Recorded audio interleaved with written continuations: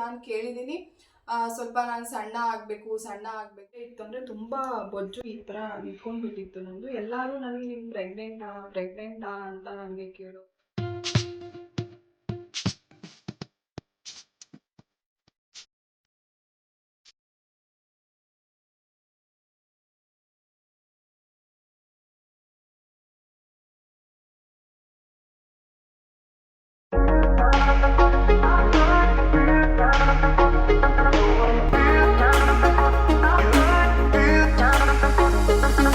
Morning, ಶುಭೋದಯ. ಎಲ್ಲರೂ ಹೇಗಿದ್ದೀರಾ? ಎಲ್ಲರೂ ಆರಾಮಾಗಿದ್ದೀರಾ ಅಂತ ಭಾವಿಸ್ತೀನಿ. ಇವಾಗ ನಾವು ಯಾವುದಾದ್ರೂ ಒಂದು ಫಂಕ್ಷನಿಗೆ ಹೋಗಬೇಕು, ಎಲ್ಲಾದರೂ ನಾವು ಹೊರಗಡೆ ಸುತ್ತಾಡ್ಲಿಕ್ಕೆ ಹೋಗಬೇಕು ಅಂದರೆ ನಾವು ಫಸ್ಟ್ ನಮ್ಗೆ ಏನು ಆಲೋಚನೆ ಬರುತ್ತೆ, ನಾವು ಯಾವ ಡ್ರೆಸ್ ಹಾಕಬೇಕು, ಯಾವ ಸ್ಯಾರಿ ಹಾಕಬೇಕು ಅಂತ ನಮಗೆ ಫಸ್ಟ್ ಥಾಟ್ ಅದೇ ಬರುತ್ತೆ.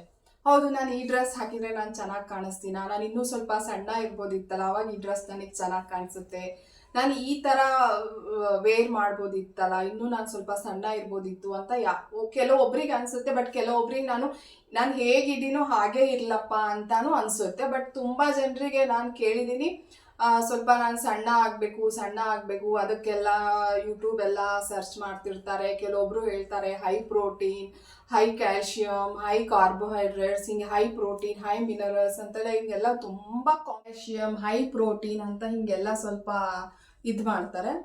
ನಾನು ಅಷ್ಟು ಕಾಂಪ್ಲೆಕ್ಸ್ ಅಲ್ಲಿ ನಾನು ನಿಮ್ಗೆ ಹೇಳಲ್ಲ. ಈಸಿ ವೇನಲ್ಲಿ ನಮ್ಗೆ ನೀವು ಹೇಗೆ ಸಣ್ಣ ಆಗಬೇಕು ಅಂತ ನಾನು ಇವತ್ತಿನ ವ್ಲಾಗು ಸ್ಪೆಷಲಿ ನಾನು ವೇಟ್ ಲಾಸ್ ಮಾಡೋರಿಗೆ ಅಂತಲೇ ಇವತ್ತಿನ ವ್ಲಾಗ್ ಮಾಡಿದ್ದೀನಿ.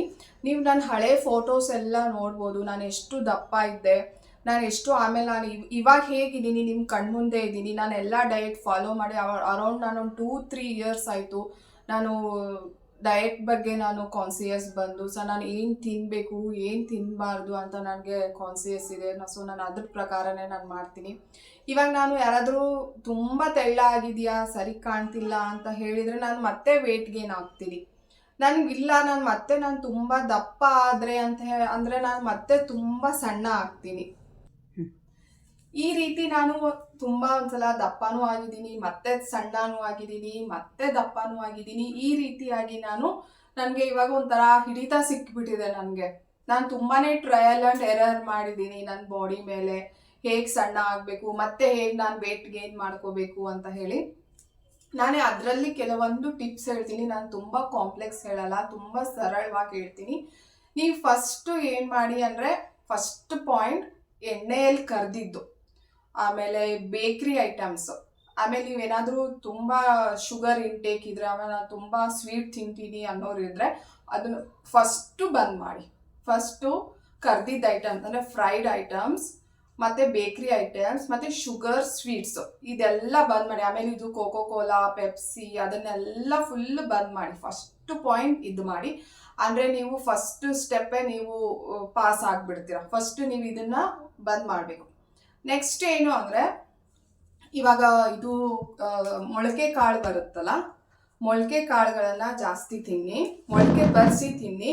ಅಥವಾ ನಮ್ಗೆ ಹಸಿಗೆ ತಿನ್ನೋಕ್ಕಾಗಲಿಲ್ಲ ಅಂದರೆ ನೀವು ಅದನ್ನು ಸ್ಟೀಮ್ ಮಾಡಿಕೊಂಡು ಅದ್ರ ಮೇಲೆ ನೀವು ಏನಾದರೂ ಸಲಾಡ್, ಏನಾದರೂ ಸೌತೆಕಾಯಿ, ಏನಾದರೂ ಕ್ಯಾಪ್ಸಿಕಮ್ ಇಲ್ಲ ಕ್ಯಾಬೇಜ್ ಈ ಥರ ಏನಾದರೂ ಮತ್ತೆ ನೀವು ವೆಜಿಟೇಬಲ್ಸ್ ಹಾಕಿನೂ ನೀವು ತಿನ್ಬೋದು. ಮೊಳಕೆ ಬಂದಿದ್ದು ಕಾಳು ಅದ್ರ ಮೇಲೆ ನೀವು ವೆಜಿಟೇಬಲ್ಸ್ ಹಾಕ್ಬೋದು. ನಿಮಗೆ ಹಸಿಗೆ ತಿನ್ನೋಕ್ಕಾಗಲಿಲ್ಲ ಅಂದರೆ ನೀವು ಬೇಕಿದ್ರೆ ಸ್ಟೀಮ್ ಮಾಡ್ಕೋಬೋದು. ಅದ್ರ ಮೇಲೆ ನೀವು ನಮ್ಗೆ ಆಯಿಲ್ ಲೆಸ್ ತಿನ್ನೋಕ್ಕೆ ಆಗಲ್ಲ ಅಂದರೆ ಬೇಕಿದ್ರೆ ನೀವು ಅದ್ರ ಮೇಲೆ ಆಲಿವ್ ಆಯಿಲ್ ಎಕ್ಸ್ಟ್ರಾ ವಿರ್ಜಿನ್ ಅಂತ ಸಿಗುತ್ತೆ, ಡಿಮಾರ್ಟಲ್ಲಿ ಸಿಗುತ್ತೆ ಅಥವಾ ಆನ್ಲೈನಲ್ಲಿ ಸಿಗುತ್ತೆ. ಅದನ್ನು ನೀವು ಬೇಕಾದ್ರೆ ಒಂದು 2-3 ಡ್ರಾಪ್ಸ್ ನೀವು ಸಲಾಡ್ ಮೇಲೆ ಹಾಕ್ಬೋದು. ಆಮೇಲೆ ಸ್ವಲ್ಪ ಒಂದು 2-3 ಡೇಸ್ ನೀವು ವಿತೌಟ್ ಆಯಿಲ್ ಅಂದರೆ 0 ಆಯಿಲ್ ಅಲ್ಲೇನಾದರೂ ನೀವು ತಿಂದು ನೋಡಿ.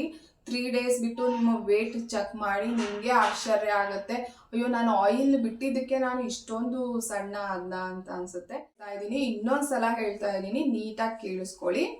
ನೀವು ಬೇಕ್ರಿ ಐಟಮ್ಸ್, ಫ್ರೈಡ್ ರೈಸ್, ಆಮೇಲೆ ಕೋಕೋ ಕೋಲಾ, ಪೆಪ್ಸಿ ಇಂಥದ್ದೆಲ್ಲ ಸಾಫ್ಟ್ ಡ್ರಿಂಕ್ಸನ್ನೆಲ್ಲ ಬಿಟ್ಬಿಡಿ. ಇದು ಫಸ್ಟ್ ಪಾಯಿಂಟ್. ನೆಕ್ಸ್ಟ್ ಪಾಯಿಂಟ್ ಏನು ಮಾಡಿ, ನೀವು ಸ್ವಲ್ಪ ನಿಮ್ಗೆ ಆಯಿಲ್ ಲೆಸ್ ನಮಗೆ ತಿನ್ನೋಕ್ಕೆ ಆಗಲ್ಲ ಅಂತ ಹೇಳಿದ್ರೆ ನೀವು ಒಂದು ಟೇಬಲ್ ಸ್ಪೂನ್ ಇರುತ್ತಲ್ಲ, ನಾವು ಇವಾಗ ಉಪ್ಪಿಟ್ಟು ಎಲ್ಲ ಅವಲಕ್ಕಿ ಎಲ್ಲ ತಿಂತೀವಲ್ಲ ಆ ಸ್ಪೂನಲ್ಲಿ ನೀವು 1 ಸ್ಪೂನ್ ಎಣ್ಣೆ ಹಾಕ್ಬಿಟ್ಟು ನೀವು ಅಡುಗೆ ಬೇಕಾದರೂ ಮಾಡ್ಕೋಬೋದು. ಯಾವ ಥರ ಪಲ್ಯ ಬೇಕಾದರೂ ನೀವು ಮಾಡ್ಕೋಬೋದು. ಆಮೇಲೆ ಚಪಾತಿ ಮಾಡ್ತಾ ಇದ್ರೆ ಮೇನ್ ಅದಕ್ಕೆ ಎಣ್ಣೆ ಹಾಕಬೇಡಿ, ಹಾಗೆ ಹಿಂಗೆ ಲಟ್ಸೋದು, ಬೇಯಿಸೋದು, ತಿನ್ನೋದು, ಈ ಥರ ಮಾಡಿ. ನೀವು ಆಯಿಲ್ ಎಷ್ಟು ಕಡಿಮೆ ಮಾಡ್ತೀರೋ ಅಷ್ಟು ವೇಟ್ ನಿಮ್ಮದು ಕಡಿಮೆ ಆಗ್ತಾ ಬರುತ್ತೆ.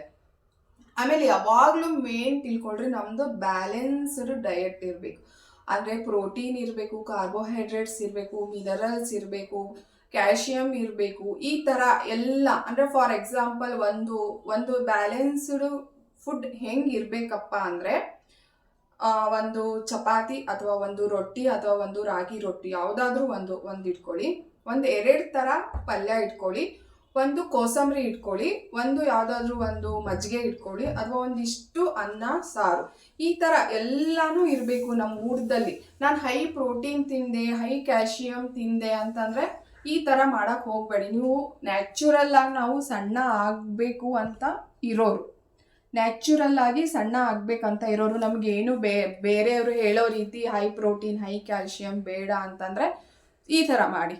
ಒಂದು ಚಪಾತಿ ಇಟ್ಕೊಳ್ಳಿ, ಒಂದು ರೊಟ್ಟಿ ಇಟ್ಕೊಳ್ಳಿ, 2 ಥರ ಪಲ್ಯ ಇಟ್ಕೊಳ್ರಿ. ಅಂದರೆ ನಾನು ಪಲ್ಯ ಹೇಳಿದ್ನಲ್ಲ, ಇಷ್ಟೇ ಆಯಿಲ್ ಹಾಕಿ ಬೇಕಾದ್ರೆ ನೀವು ಮಾಡ್ಕೋಬೋದು. ಒಂದು ಕೋಸಂಬರಿ ಮಾಡ್ಕೊಳ್ರಿ, ಅಂದರೆ ಯಾವುದಾದ್ರೂ ವೆಜಿಟೇಬಲ್ಲು ಸಲಾಡ್ ಈ ಥರ ಮಾಡ್ಕೊಳ್ಳಿ. ಆಮೇಲೆ ಒಂಥರ ಮಜ್ಜಿಗೆ, 1 ಗ್ಲಾಸ್ ಮಜ್ಜಿಗೆ ಇಟ್ಕೊಳ್ಳಿ, ಒಂದು ಸ್ವಲ್ಪ ಅನ್ನ ಮತ್ತು ರಸಮ್, ಇಲ್ಲ ಅನ್ನ ಸಾಂಬಾರು, ಇಲ್ಲ ಅನ್ನ ದಾಲ್, ಈ ಥರ ಏನಾದರೂ ನೀವು ಈ ಥರ ಬ್ಯಾಲೆನ್ಸ್ಡ್ ನಮ್ಮದು ಡಯಟ್ ಇರಬೇಕು. ನಮ್ಮದು ಫುಡ್ ಈ ಥರ ಬ್ಯಾಲೆನ್ಸ್ ಆಗಿರಬೇಕು. ಅಂದರೆ ಮಾತ್ರ ನೀವು ಈ ಥರ 3 ಹೊತ್ತು ಅಥವಾ 2 ಹೊತ್ತು ತಿನ್ನಿ. ಆಮೇಲೆ 1 ವೀಕ್ ಆದಮೇಲೆ ನಿಮ್ಮ ವೇಟ್ ನೀವೇ ಚೆಕ್ ಮಾಡ್ಕೊಳ್ಳಿ ಎಷ್ಟು ರೆಡ್ಯೂಸ್ ಆಗಿರ್ತೀರಾ ಅಂತ. ನೀವು ಈ ಥರ ಏನಾದರೂ ನೀವು ಫುಡ್ಡು ಇಂಟೇಕ್ ಮಾಡ್ತಾ ಬಂದರೆ ನಿಮ್ಮದು ಸ್ಕಿನ್ನು ಮತ್ತು ಹೇರ್ ಲಾಸು, ಹೇರ್ ಫಾಲ್ ಏನಾದರೂ ಇದ್ದರೆ ನಿಮಗೆ ಆಟೋಮೆಟಿಕ್ಕಾಗಿ ಅದು ಎಲ್ಲ ಹೋಗಿಬಿಡುತ್ತೆ. ಅಥವಾ ಪಿಂಪಲ್ಸು, ನೀವು ಸ್ಕಿನ್ ನೋಡ್ಬೋದು, ಯಾವುದು ಪಿಂಪಲ್ಸ್ ಇಲ್ಲ. ಆಮೇಲೆ ನಂದು ಹೇರ್ಸ್ ನೋಡ್ಬೋದು, ಯಾವುದು ಹೇರ್ ಫಾಲ್ ಇಲ್ಲ ನನಗೆ.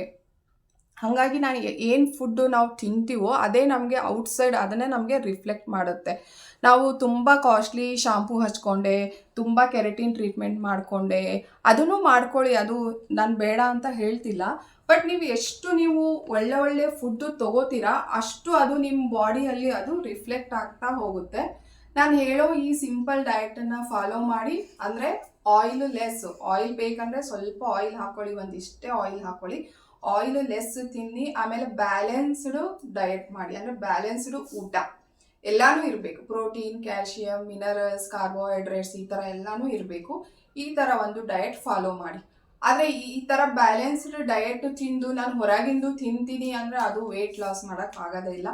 ನಿಮ್ದೊಂದು ಡೆಡಿಕೇಶನ್ ಇರಲೇಬೇಕು. ನೀವು ಎಷ್ಟು ಡೆಡಿಕೇಟ್ ಆಗಿರ್ತೀರೋ ಅಷ್ಟು ನಿಮಗೆ ವೆಯ್ಟ್ ಲಾಸ್ ಆಗುತ್ತೆ. ನಾನು ಸ್ಟಾಪ್ ಮಾಡಿದ್ದು ಹೊರಗಿಂದ ಫುಡ್ಡು. ಅಂದರೆ ಏನಾದರೂ samosa, fast food, street food, ಈ ಥರ ಎಲ್ಲ ಬೇಲ್ಪುರಿ, ಸಮೋಸ, ಈ ಥರ ಎಲ್ಲ ನಾನು ಬಂದ್ ಮಾಡಿದೆ. ಅದಾದಮೇಲೆ ನಾನು ಬೆಳಗ್ಗೆ, ಮಧ್ಯಾಹ್ನ ಮತ್ತು ರಾತ್ರಿ 7-7:30 3 ಊಟನ, ಅಥವಾ ಅಂದರೆ 1 ಟಿಫಿನ್ನು 2 ಊಟನ ಕರೆಕ್ಟಾಗಿ ಮಾಡ್ತಾ ಬಂದೆ. ಮಿಡಲಲ್ಲಿ ನಾನು ಬ್ಲ್ಯಾಕ್ ಕಾಫಿ ಕುಡಿತಾ ಇದ್ದೆ, ಬ್ಲ್ಯಾಕ್ ಟೀ ಕುಡಿತಾ ಇದ್ದೆ. ಆಮೇಲೆ 1 ಗ್ಲಾಸಲ್ಲಿ 1 ವಾರ್ಮ್ ನೀರು ತೊಗೊಂಡು ಅದರಲ್ಲಿ ಲಿಂಬು ಹಾಕಿ ನಾನು ತಗೋತಾ. ನೀವು ಜೀರಿಗೆ, ಸೋಂಪು, ಅಜ್ವಾನ ಮತ್ತು ಚಕ್ಕೆ, 1 ಏಲಕ್ಕಿ ಅಥವಾ 2 ಏಲಕ್ಕಿ, ಇದನ್ನೆಲ್ಲ ನೀವು ಸ್ವಲ್ಪ ಬಿಸಿ ಮಾಡಿಕೊಂಡು ತವಾದಲ್ಲಿ ಪೌಡರ್ ಮಾಡಿಟ್ಕೊಂಡು ನೀವು ಊಟದ ನಂತರ ಅರ್ಧ ಸ್ಪೂನ್ ತಿಂದು ನೀರು ಕುಡಿಬೋದು. ಅಥವಾ ನೀವು ಬಿಸಿ ನೀರಲ್ಲಿ ಅದನ್ನ ಪೌಡರನ್ನು ಹಾಕಿ ಮಿಕ್ಸ್ ಮಾಡಿ ನೀವು ಕುಡಿತಾ ಬರ್ಬೋದು. ನೀವು ಮತ್ತೆ ಅವಾಗವಾಗ ಸ್ವಲ್ಪ ಲೆಮನ್ ವಾಟರನ್ನು ಕುಡಿತಾ ಬರ್ರಿ. ಮತ್ತು ಟೀ, ಕಾಫಿ ಸ್ವಲ್ಪ ಬಿಟ್ಟುಬಿಡಿ. ಕಾಫಿ ಬೇಕು ಅಂದರೆ ನೀವು ಬ್ಲ್ಯಾಕ್ ಕಾಫಿನ ನೀವು ಕುಡಿಯೋನ್ನೆಲ್ಲ ಮಾಡಿ ಒಂದು 8 ಡೇಸ್ ಬಿಟ್ಟು ನಿಮ್ಮ ವೇಟ್ ಚೆಕ್ ಮಾಡ್ಕೊಳ್ಳಿ. ಅದು ನಿಮಗೆ ಗೊತ್ತಾಗುತ್ತೆ ನಾವು ಎಷ್ಟು ಸಣ್ಣ ಆಗಿದ್ದೀವಿ ಅಂತ. ಆಮೇಲೆ ಈ ಫುಡ್ ಬಗ್ಗೆ ಏನು ನಾನು ಹೇಳಿದ್ನಲ್ಲ, ಇದೆಲ್ಲ ನಿಮಗೆ ಸಣ್ಣ ಆಗಲಿಕ್ಕೂ ಬಂತು. ಆಮೇಲೆ ಫ್ಯಾಟಿ ಲಿವರ್ ಇದ್ದವರು ನಾನು 10 ಡೇಸಲ್ಲಿ, ನಾನು ನೆಕ್ಸ್ಟ್ ವ್ಲಾಗಲ್ಲಿ ಬೇಕಿದ್ರೆ ನಂದು ಫ್ಯಾಟಿ ಲಿವರ್ದು ನನ್ನ ಹತ್ರ ಸ್ಕ್ಯಾನಿಂಗ್ ಮಾಡಿದ್ದು ರಿಪೋರ್ಟ್ ಇದೆ, ಅದನ್ನು ನಾನು ನಿಮಗೆ ಶೇರ್ ಮಾಡ್ಕೊತೀನಿ. 10 ಡೇಸಲ್ಲಿ ನಂದು ಫ್ಯಾಟಿ ಲಿವರ್ ಹೋಗಿದೆ. ಗ್ರೇಡ್ 1 ಫ್ಯಾಟಿ ಲಿವರ್ ಇತ್ತು. ಈ ಸಿಂಪಲ್ ಡಯಟನ್ನು ನಾನು ಫಾಲೋ ಮಾಡಿ ಅದು ಕೂಡ ನನಗೆ ನಾರ್ಮಲ್ ಇವಾಗ ಹೆಲ್ದಿ ಲಿವರ್ ಆಗಿದೆ ನಂದು. ಸೊ ನೀವು ಅದು ಫ್ಯಾಟಿ ಲಿವರ್ ಗ್ರೇಡ್ 1 ಬಿಟ್ಟರೆ ಏನೂ ಆಗಲ್ಲ ಬಿಡು ಅಂತ ಅಂದ್ಕೊಂಡ್ರೆ ಅದು ಗ್ರೇಡ್ 2ಗೆ ಕನ್ವರ್ಟ್ ಆಗುತ್ತೆ. ಸೊ ನೀವು ಇದನ್ನು ಫಾಲೋ ಮಾಡಿ ಬ್ಲ್ಯಾಕ್ ಟೀ ಕುಡೀರಿ. ಎದ್ದಿದ ತಕ್ಷಣ ನೀವು ವಾರ್ಮ್ ವಾಟರ್ ವಿತ್ ಲೆಮನ್ ತೊಗೊಳ್ಳಿ, ಆಮೇಲೆ ಬ್ಯಾಲೆನ್ಸ್ಡ್ ಡಯಟ್ ತೊಗೊಳ್ಳಿ. ಇಷ್ಟು ತೊಗೋತಾ ಬಂದರೆ ನೀವು ಹೆಲ್ದಿ ಲೈಫನ್ನು ಲೀಡ್ ಮಾಡಿ. ಮತ್ತೆ ಏನಾದರೂ ಇನ್ಫಾರ್ಮೇಷನ್ ಬೇಕಿದ್ರೆ ನಂದು ಕಮೆಂಟ್ ಬಾಕ್ಸಲ್ಲಿ ನೀವು ಕಮೆಂಟ್ ಹಾಕ್ಬೋದು, ನಾನು ಅದಕ್ಕೆ ರೆಸ್ಪಾನ್ಸ್ ಮಾಡ್ತೀನಿ. ಆಮೇಲೆ ನಿಮ್ಗೆ ಏನಾದರೂ ನಂದು ವೆಯ್ಟ್ ಲಾಸ್ ಜರ್ನಿ ಇಷ್ಟ ಆಗಿದ್ರೆ ನಿಮ್ಮ ಫ್ರೆಂಡ್ಸ್, ಫ್ಯಾಮಿಲಿ, ನಿಮ್ಮ ಪ್ರೀತಿ ಪಾತ್ರರಿಗೆ ಇದನ್ನು ಶೇರ್ ಮಾಡ್ಕೊಳ್ಳಿ. ಯಾಕಂದರೆ ಇವಾಗ ಎಷ್ಟು ಹೆಲ್ದಿಯಾಗಿರ್ತೀವೋ ಅಷ್ಟು ನಾವು ಏನಾದರೂ ಸಾಧನೆ ಮಾಡಲಿಕ್ಕೆ ಸಾಧ್ಯ ಆಗುತ್ತೆ. ಎಲ್ಲ ಇದ್ದು ಹೆಲ್ತೇ ಸರಿ ಇಲ್ಲ ಅಂದರೆ ನಾವು ಅದನ್ನೆಲ್ಲ ಅನುಭವಿಸ್ಲಿಕ್ಕೆ ಆಗಲ್ಲ. ಸೊ ಮೇನ್ ನಿಮ್ಮದು ಹೆಲ್ತ್ ನೀವು ನಿಮ್ಮ ಕೈಯಲ್ಲೇ ಇದೆ. ಸೊ ನೀವು ಕಾಪಾಡ್ಕೊಳ್ಳಿ, ಅದು ನಿಮ್ಮ ಕೈಯಲ್ಲೇ ಇದೆ. ನೀವು ಊಟದ ಮುಖಾಂತರ ಅದನ್ನು ನೀವು ಸರಿ ಮಾಡ್ಕೋಬೋದು. ನಾನು ಎಲ್ಲೇ ಇವಾಗ ಡಿಮಾರ್ಟಲ್ಲಿ ಹೋಗಲಿ ಅಥವಾ ನಾನು ಫಿಲ್ಮ್ ಟಾಕೀಸ್ಗೆ ಹೋಗಲಿ, ನಂದು ತುಂಬ ಹೊಟ್ಟೆ ಇತ್ತು, ಅಂದರೆ ತುಂಬ ಬೊಜ್ಜು ಈ ಥರ ನಿಂತ್ಕೊಂಡ್ಬಿಟ್ಟಿತ್ತು ನಂದು. ಎಲ್ಲರೂ ನನಗೆ ನೀನು ಪ್ರೆಗ್ನೆಂಟಾ ಅಂತ ನನಗೆ ಕೇಳೋರು. ನನಗೆ ಎಲ್ಲರೂ ಯಾಕೆ ಹೀಗೆ ಕೇಳ್ತಾರೆ ಅಂತ ಹೇಳಿಬಿಟ್ಟು ನಾನು ಕ್ವಶನ್ ಮಾಡಿಕೊಂಡು ಆಮೇಲೆ ನಾನು ಈ ಥರ ಡಯಟನ್ನು ನಾನು ಫಾಲೋ ಮಾಡಿದೆ. ಇವಾಗ ನೀವು ನೋಡ್ಬೋದು ನನಗೇನು ಹೊಟ್ಟೆ ಇಲ್ಲ, ಇವಾಗ ನಾರ್ಮಲ್ ಆಗಿದ್ದೀನಿ. ನೀವು ಮೊದಲನೇ ನನ್ನ ಫೋಟೋ ನೋಡ್ರಿ, ಇವಾಗ ನಾನು ಇರೋದು ನಿಮ್ಮ ಮುಂದೆ ಇರೋದು ನೋಡ್ರಿ, ಹೇಗೆ ವ್ಯತ್ಯಾಸ ಇದೆ ಅಂತ ನಿಮಗೆ ಗೊತ್ತಾಗುತ್ತೆ. ಅಲ್ಲಿ ನಾನು ನಿಮ್ಮನ್ನು ಭೇಟಿ ಆಗ್ತೀನಿ. ಅಲ್ಲಿವರೆಗೂ ಸ್ಟೇ ಟ್ಯೂನ್ಡ್. ಬಾಯ್.